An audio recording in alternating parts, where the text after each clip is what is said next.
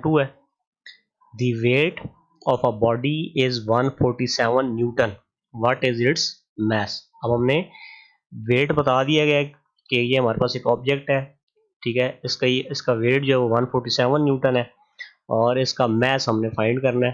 तो आपको पता है जो वेट होता है ये एक फोर्स होती है जिसके साथ ज़मीन हर चीज़ को अपनी तरफ खींचती है। तो ये हमारा ऑब्जेक्ट है, इसको ज़मीन अपनी तरफ जो खींच रही है जी वो इसका वेट है और वेट जो है वो 147 न्यूटन की इक्वल है।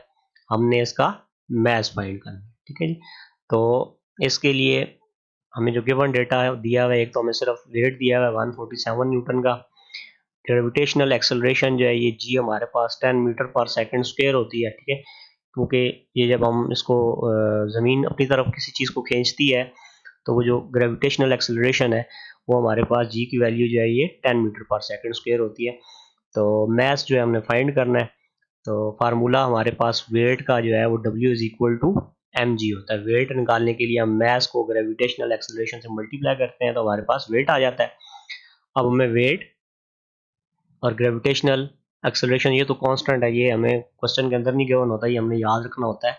तो W is equal to m g है, हमने m फाइंड करना है तो g इसके साथ मल्टीप्लाई हो रहा है, ये दूसरी तरफ जाके डिवाइड हो जाएगा, तो m is equal to W divided by g हो जाएगा। अब हमें W की वैल्यू भी गिवन है और g की वैल्यू हमें पता है कि ये 10 होती है, तो इसमें वैल्यू पुट करेंगे, m इज इक्वल टू 147, ठीक है, ये उसका वेट आ गया डिवाइडेड बाय ग्रेविटेशनल एक्सेलरेशन जो थी हमारे ये 10 थी, तो जब हम 147 को 10 से डिवाइड करेंगे तो मास हमारे पास 14.7 किलोग्राम आ जाएगा।